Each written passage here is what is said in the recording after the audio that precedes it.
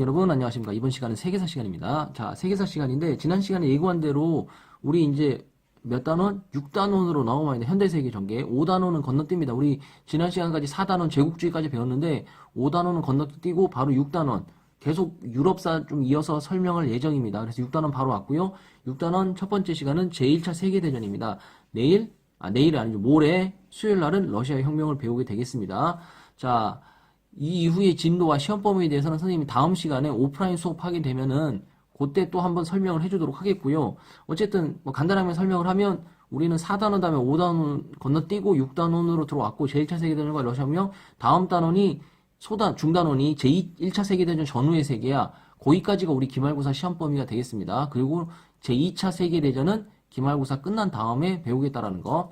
자, 오늘 제1차 세계대전 배울 텐데요. 지난 시간 제국주의 할 때 선생님 잠깐 얘기했습니다. 제국주의 국가들 뭐 영국, 프랑스, 독일, 뭐 오스트리아 이런 나라들 간에 서로 갈등이 계속 쌓이고 쌓였다라는 거 결국에 터진 게 제1차 세계대전입니다. 근데 이 제1차 세계대전에 또 이게 그 출발을 알리는 시발점이 된 사건은 또 엉뚱한 곳에서 발생을 합니다. 그 사전적인 좀 설명이 좀 필요해서 핵심 개념 밑에 제1차 세계대전 설명하기 전에 뒷면 잠깐 보시기 바랍니다. 뒷면에 선생님 지도를 좀 그려놨는데 이게 제1차 세계대전의 어떤 이 배경이 된 사건들이 있어. 그래서 그거 잠깐 설명하도록 하겠습니다. 참고로 여기 있는 요 선생님 써주는 거는 지도를 좀 알아두셔야 되겠지만 이 써주는 요런 내용들은 모르셔도 됩니다. 지금 설명한 내용들은 좀 배경 지식으로 알아두라는 얘기니까 참고할 수 있도록 하시고 언제부터 시작됐냐면 1912년부터 시작이 됩니다. 1912년은 이제 여러분들 익숙하죠. 예, 우리나라 일제시대 한일합병이 됐었던 1910년 그 시기가 되겠죠. 이때 제1차 발칸 전쟁이라는 전쟁이 벌어집니다. 발칸 전쟁. 발칸 전쟁은 뭐냐? 발칸 반도에서 벌어진 전쟁. 그럼 발칸 반도는 어디냐? 여기 보시면 여러분 그리스 있죠? 지도가 있는데 이 그리스 여기를 발칸 반도라고 합니다. 예전에 우리 고대 그리스 아테네 할 때 선생님이 얘기했어. 여기 그리스 있고 밑에 이제 뭐 있어? 마케도니아도 있고, 그렇죠? 이 마케도니아도 있고, 뭐 여러 가지 그리스 도시 국가들이 있고. 자, 왼쪽으로 오시면 여기 뭐가 보여? 이탈리아 보이죠? 이탈리아. 이탈리아 반도가 보이죠? 이렇게 삼면이 바다로 둘러싸이는 걸 반도라고 하고, 이탈리아 반도, 여기를 발칸 반도라고 하는 거야. 자, 발칸 반도는 이전에 19세기 중반까지 이 오스만 제국의 영향을 많이 받았습니다. 그러다가 오스만 제국은 이 이슬람 국가죠. 그래서 이슬람 지역을 이쪽도 많이 믿었었는데, 유럽에 아무래도 정통적 유럽 국가이다 보니까 오스만 제국과 계속 싸움을 통해 가지고 조금씩 하나둘씩 독립을 하게 됩니다. 그래서 뭐 불가리아, 루마니아, 세르비아 이런 나라들 원래 발칸반도에 있는 오스만 제국의 이 식민 지배를 받았었던 제국 안에 들어가 있었던 나라들입니다. 나라들이 이제 독립을 하게 됩니다. 그런 과정에서 전쟁이 하나 발생하는데 제1차 발칸 전쟁의 내용은 뭐냐? 바로 그 중에서도 두 개 나라, 알바니아하고 그다음에 지금은 여기 우리 교과서에는 안 나오는데 여기 길게 이렇게 뻗어진 나라가 하나 있었어. 그게 바로 뭐냐? 마케도니아입니다. 마케도니아. 마케도니아는 여러분들 알렉산드로스 할 때 우리 고대 그리스 할 때 한 배웠던 거 기억날 거야. 지금 여기 없어졌습니다. 지금 없어져가지고서 여러 나라로 흩어지죠. 그래서 지도에 표시 안 되는데 원래 있었어. 이 알바니아와 마케도니아는 오스만 제국 지배를 받았었죠. 그래서 마지막으로 이 알바니아와 마케도니아, 이 발칸반도에 있는 이 나라들을 독립시키기 위해서 이 세 개 나라들, 세르비아, 그리고 불가리아, 그리고 그리스 이런 나라들이 이 오스만 제국과 전쟁을 했었던 것이 제 발칸 전쟁이야. 결국에는 이 오스만 제국 이때 기울어진 상황이었기 때문에 알바니아와 마케도니아가 독립을 하게 됩니다. 독립을 했는데 또 문제가 발생하게 됩니다. 어떤 문제가 발생하느냐? 불가리아.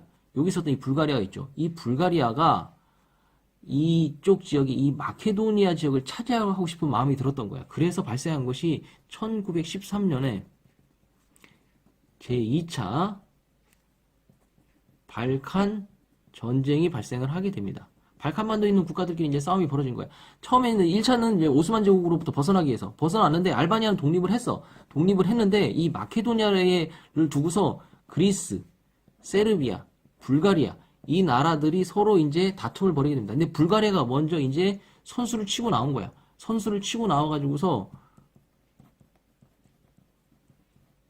어디에? 마케도니아를 차지한 거죠. 그랬더니 세르비아와 그리스가 이 힘을 합칩니다. 세르비아를 중심으로 해서. 그래서 결국에는 불가리아 물리치게 되죠. 그러면서 마케도니아를 세르비아와 그리스가 서로 나눠 갖게 되는 거야.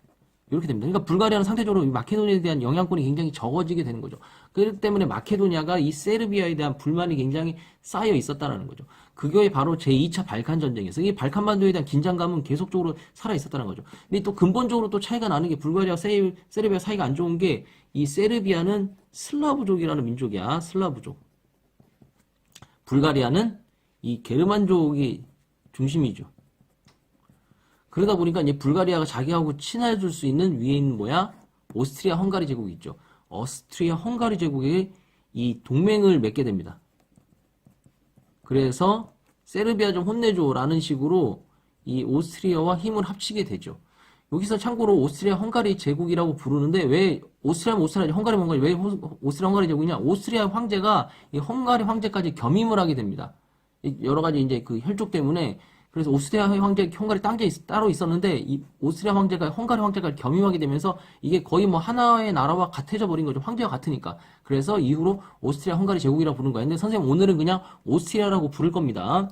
자, 이렇게 나눠지게 되는 거죠.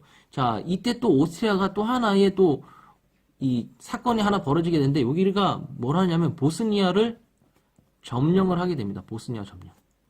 오스트리아가 보스니아는 여기 있는 여기 보스니아 헤르체고비나 보이시죠?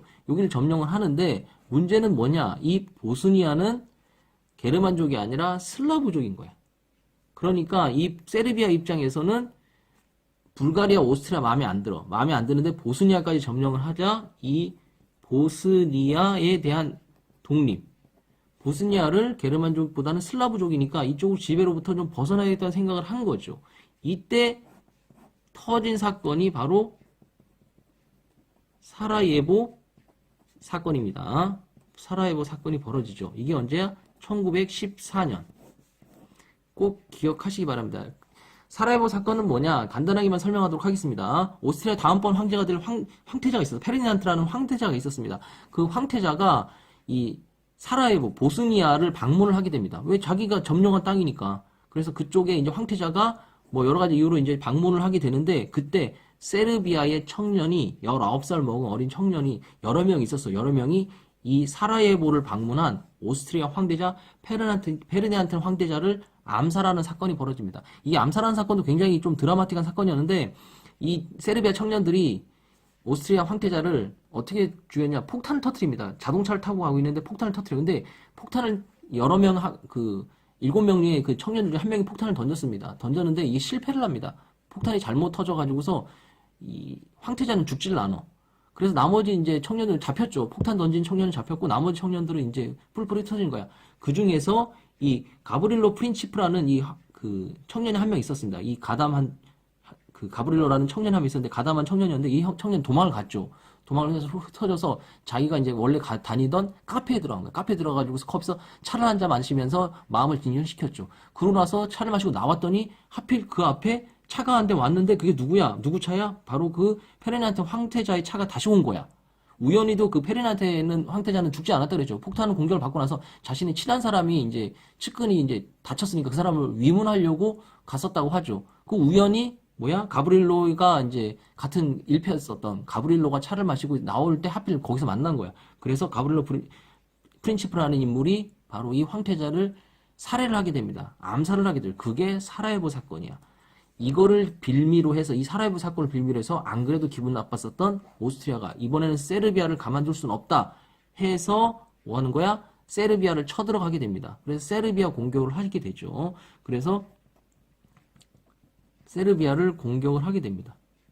세르비아를 공격을 했더니 이 세르비아 공격에 대해서 슬라브 믿는 여러분들 예전에 선생님 역사 시간에 계속했죠. 슬라브족 하면 당장 등장하는 나라가 어디야? 러시아입니다. 러시아. 러시아가 어디야? 오스트리아를 공격합니다. 왜 공격을 해? 러시아는 세르비아로서 이 같은 편이니까 슬라브족으로서 같은 세르비아 편이니까 러시아가 공격. 그러자 이 러시아에 대해서 가만두면 안 되겠다 싶어가지고서 등장한 것이 바로 뭐가 되는 거야? 독일이 등장을 하게 되죠.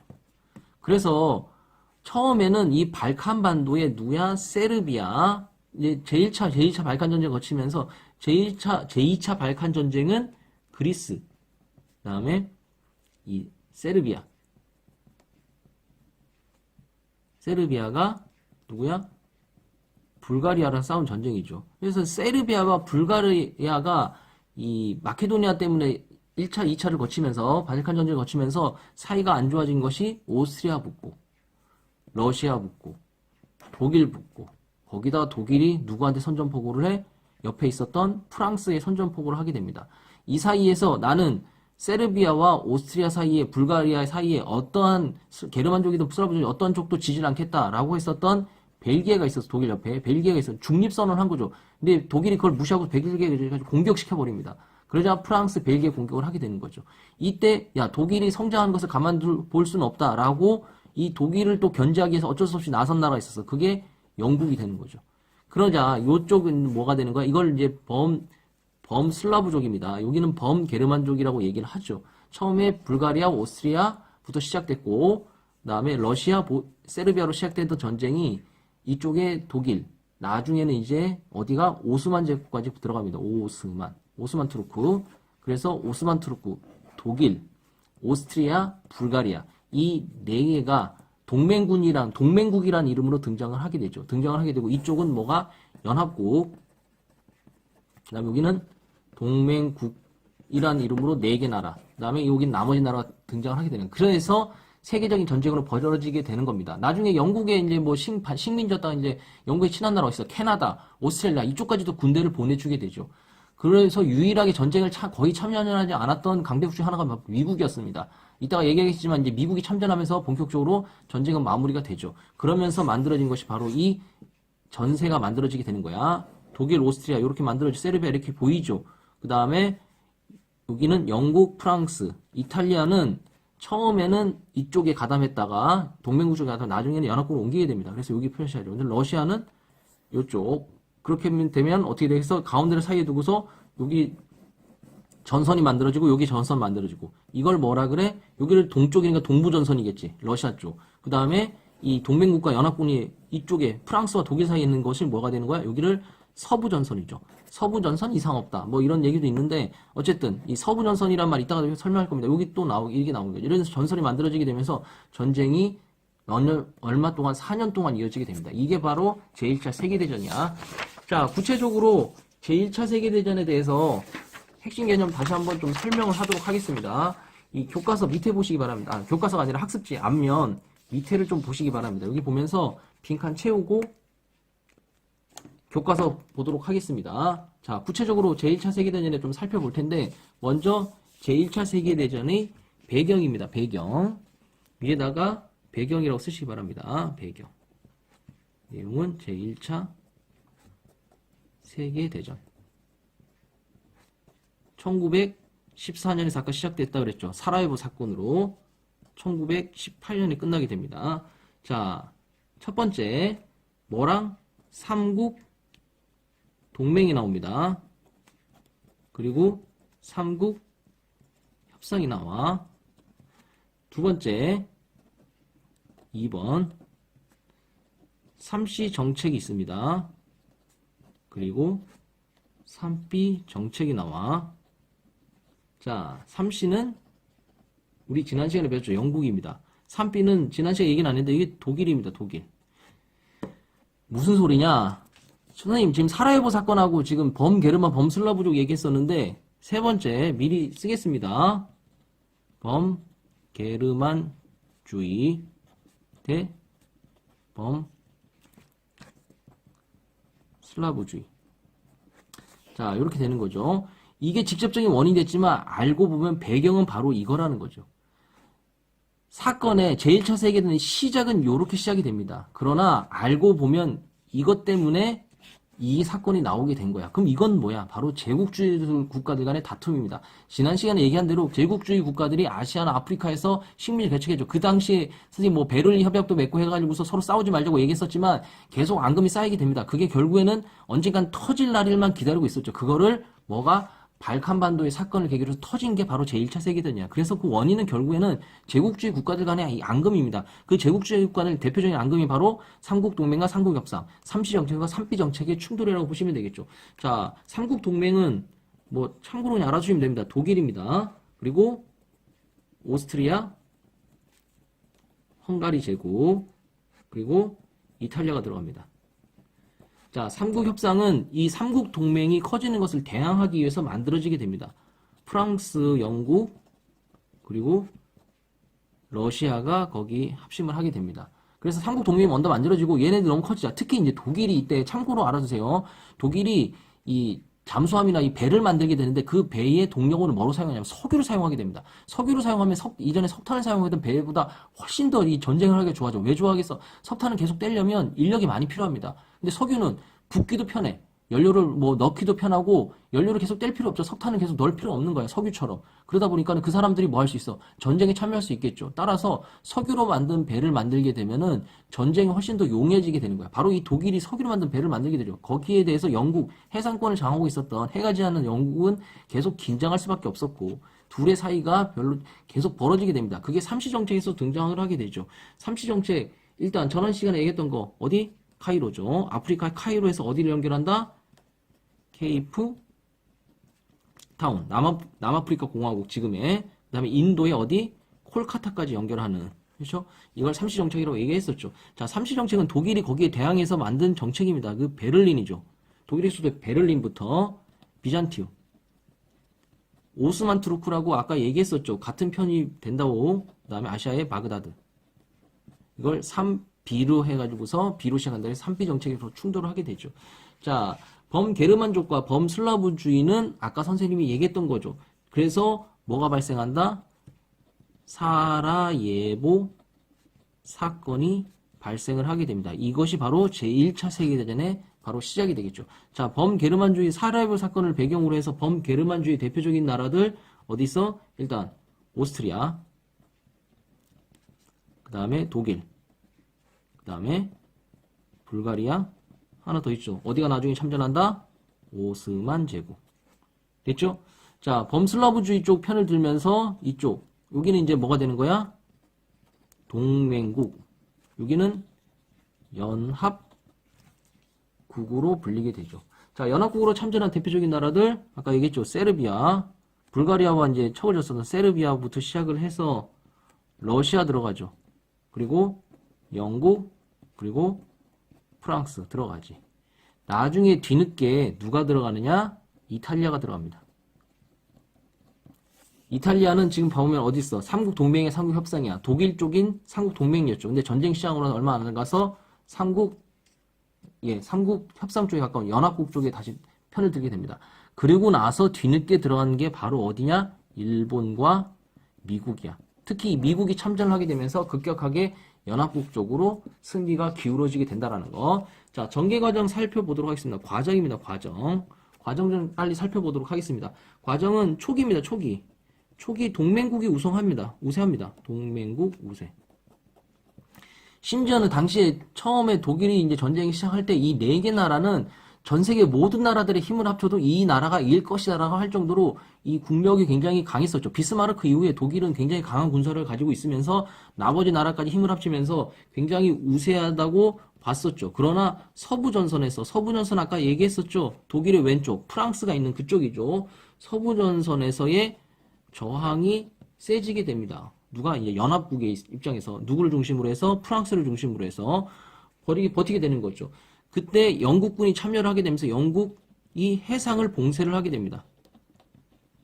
바다를 영국이 장악을 하게 되죠. 그래서 이것을 풀기 위해서 영국의 해상 봉쇄를 풀기 위해서 독일이 무제한 잠수함 작전을 펼치게 됩니다. 재밌는 거는 1차 세계대전과 2차 세계대전이 좀 비슷한 양상을 펼치게 됩니다. 전쟁이 좀 길어지는가 싶더니 마지막에 미국이 참전하게 되면서 전쟁이 거의 바로 끝난다고 보시면 되겠죠. 독일의 무제한 잠수함 작전으로 그냥 보이는 이 지중해 대서양 쪽에 있는 배는 다 그냥 격추시켜버리는 거야. 그때 영국의 일반 그 승객들을 나르는 승객선이 하나가 공격을 당해서 이게 파손이 돼서 이제 거기 있는 한 1000여 명의 사람들이 죽음을 당하게 됩니다. 이게 굉장히 이제 잘못된 선택이었죠. 모든 경기에 다 규칙이 있는 것처럼 전쟁에도 규칙이 있습니다. 근데 그 규칙을 완전 무시시키고 그냥 민간인들을 그냥 죽여버린 거죠. 무제한 잠수함적으로. 근데 하필 또 그 영국에 배였지만 미국 사람들이 굉장히 많이 살고 있었어. 타고 있었습니다. 그리고 미국 사람들이 한 100명 이상이 죽임을 당하게 되죠. 그때 여론이 확 바뀌게 됩니다. 미국 국민들 입장에서는 뭐 유럽에서 일어나는 전쟁 왜 우리가 굳이 동참을 해야 되는 생각을 하다가 이 독일의 무제한 잠수함 작전에 인해서 미국의 여론이 바뀌게 되죠. 그러면서 미국이 참전을 하게 됩니다. 미국이 참전을 하게 되면서 연합국 쪽에 이 굉장히 유리한 방향으로 전쟁이 이루어지게 됩니다. 이때 이제 러시아에서 혁명이 발생을 하게 됩니다. 이건 다음 시간에 배울 내용이야. 러시아가 혁명이 발생하니까 러시아는 이게 뭐야? 발등에 불이 떨어진 거죠. 그래서 러시아와 독일이 강화를 맺습니다. 강화 조약을 맺어. 강화 조약을 맺고 러시아는 전쟁에 빠지게 됩니다. 그럼에도 불구하고 전쟁에 큰 연합국 쪽에 타격은 없었어. 동맹국 항복을 하게 됩니다. 동맹국들이 항복을 하게 되고 그 이후에 이 마지막으로 독일이 혁명이 일어나. 그러면서 공화국으로 바뀌게 되죠. 독일이 이 항복을 하게 되면서 연합국과 협상을 맺게 되면서 결국에는 전쟁이 끝나게 되는 거죠. 자, 선생님 이쪽이 좀 비어놨는데 여기서 선생님이 이거 내용을 좀 더 시기별로 정리를 하겠습니다. 1914년에 전쟁 시작했죠. 1915년, 1916년, 1917년, 1918년에 끝나게 되는데 중요한 것만 좀 다시 한번 정리를 한번 해보도록 하겠습니다.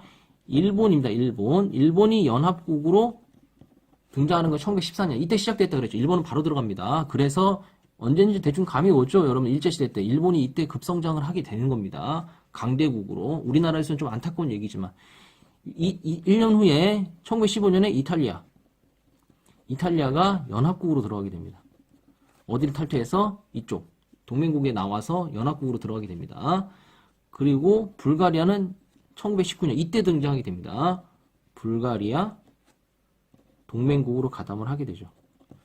자, 1917년에 무제한 잠수함 작전이 이때 벌어집니다. 그래서 미국이 연합국으로 가담을 하게 됩니다. 자, 2018년에 독일, 러시아가 강화를 하게 되고 강화 조약을 맺게 되고 마지막으로 휴전 협정을 맺게 되는 거죠. 그러면서 전쟁은 이제 끝나게 되는 겁니다. 숫자는 외울 필요는 없습니다. 근데 선생님이 시기별로 정리를 하는 거니까. 그래서 결국에는 이런 나라들이 들어갔다라는 거. 자, 정리를 하면 제1차 세계대전이 되게 간단합니다. 뭐냐? 제국주의국가들의 싸움이 벌어지다가 전쟁이 벌어졌고 결국에는 이쪽 나라들이 승리를 거뒀다. 그게 끝이야. 근데 문제는 뭐냐면 그 과정 안에서 굉장히 복잡한 이 이합집산이 이루어지게 됩니다. 외교적인 이 문제도 많이 발생을 하게 되고 그래서 그 과정들이 조금 복잡하게 돼 있으니까 세세하게 다 알 필요는 없습니다. 이걸 다 알아두라는 얘기는 아니야. 선생님이 정리한 거니까 큼직큼직하게 알아두면서 마지막으로 결과만 의의만 좀 확인하고 이거 정리 마치도록 하겠습니다. 자, 결과입니다. 첫 번째, 엄청나게 많은 특히 인명에서 피해를 보게 됩니다. 엄청나게 많은 피해를 봅니다. 이전까지만 상상도 못할 전쟁이 필요합니다. 죽은 사람만 해도 1000만 명이 넘는다 그러죠. 군인 숫자만. 거기다가 민간인까지 합치게 되면은 어마어마한 숫자가 이전엔 전쟁에서는 상상할 수 없는 어마어마한 숫자가 피해를 빚게 되죠. 그래서 이런 전쟁이 다시는 일어나면 안 되겠죠. 그래서 국제 평화를 위한 노력을 해야 되겠다. 그런 의지를 보이게 됩니다. 그래서 만들어진 것이 국제연합의 전신인 국제연맹이 만들어지게 되는 거야. 지금 우리는 유엔이랑 국제연합이 있죠. 그 전에 1차 국제연합은 2차 세계대전이 끝나고 만들어졌고 1차 세계대전이 끝나고 나서는 국제연맹이 먼저 만들어집니다. 근데 국제연맹이 나중에 2차 세계대전이 끝나고 나서 국제연합으로 바뀌게 되죠. 왜 이런 모습을 보이게 되냐면 이 1차 세계대전의 특징이 있습니다. 특징. 이따 교과서에서 다시 확인할 텐데 세 가지 특징이 있습니다. 바로 뭐냐? 첫 번째 총력전입니다. 총력전.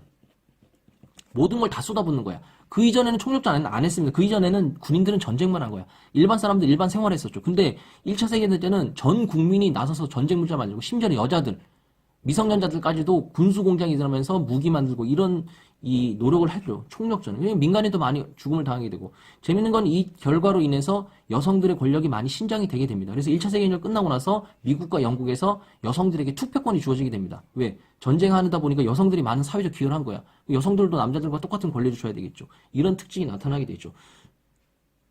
두 번째는 참호전이라고 합니다. 참호전. 참호전은 뭐냐면 호를 파는 거야. 땅을 파가지고 거기서 이제 은폐한 다음에, 왜냐면 총으로 전쟁을 하니까 해서 전쟁을 하니까, 그러다 보니까 전쟁이 장기화되는 거, 쉽게 점령을 못 하는 거죠. 이 참호전도 전쟁이 4년 동안 오랫동안 질질 끓이면서 오랫동안 하게 된 이 가장 큰 특징 중에 하나죠. 세 번째는 바로 신무기입니다. 신무기. 대포라든지 뭐 여러 가지 이제 화력이 강한 무기들이 등장하면서 살상이 더욱더 커지게 되었다라는 거죠. 자, 1차 세계대전 특징이 간단하게 좀 알아봤고, 마지막입니다. 마지막으로 결과입니다. 독일, 오스트리아, 그 다음에 오스만 제국. 이런 나라들이 몰락을 하게 됩니다. 그 전까지만 하더라도 뭐 오스만 제국은 원래 그 전부터 좀 기울어지기 시작을 했지만, 오스트리아, 독일, 유럽에서 굉장히 세력을 확대하던 이런 나라들이 몰락을 하게 됩니다. 그리고 나서 미국, 일본과 같은 신흥공업국, 이런 나라들이 강대국으로 성장을 하게 된 것이 1차 세계대전 결과가 되죠. 자, 일본과 미국, 특히 미국은 1차 세계대전 거치면서 세계 최강대국으로 성장하면서 2차 세계대전 끝나고 나서는 지금과 같은 전 세계 패권 국가로 우뚝 서게 됩니다. 1, 2차 세계를 거치면서. 그게 이제 1차 세계대전부터 굉장히 크게 성장을 하게 되죠. 이 부분은 이따가 교과서 보면서 탐구 문제 풀어보면서 다시 한번 정리하도록 하겠습니다. 자,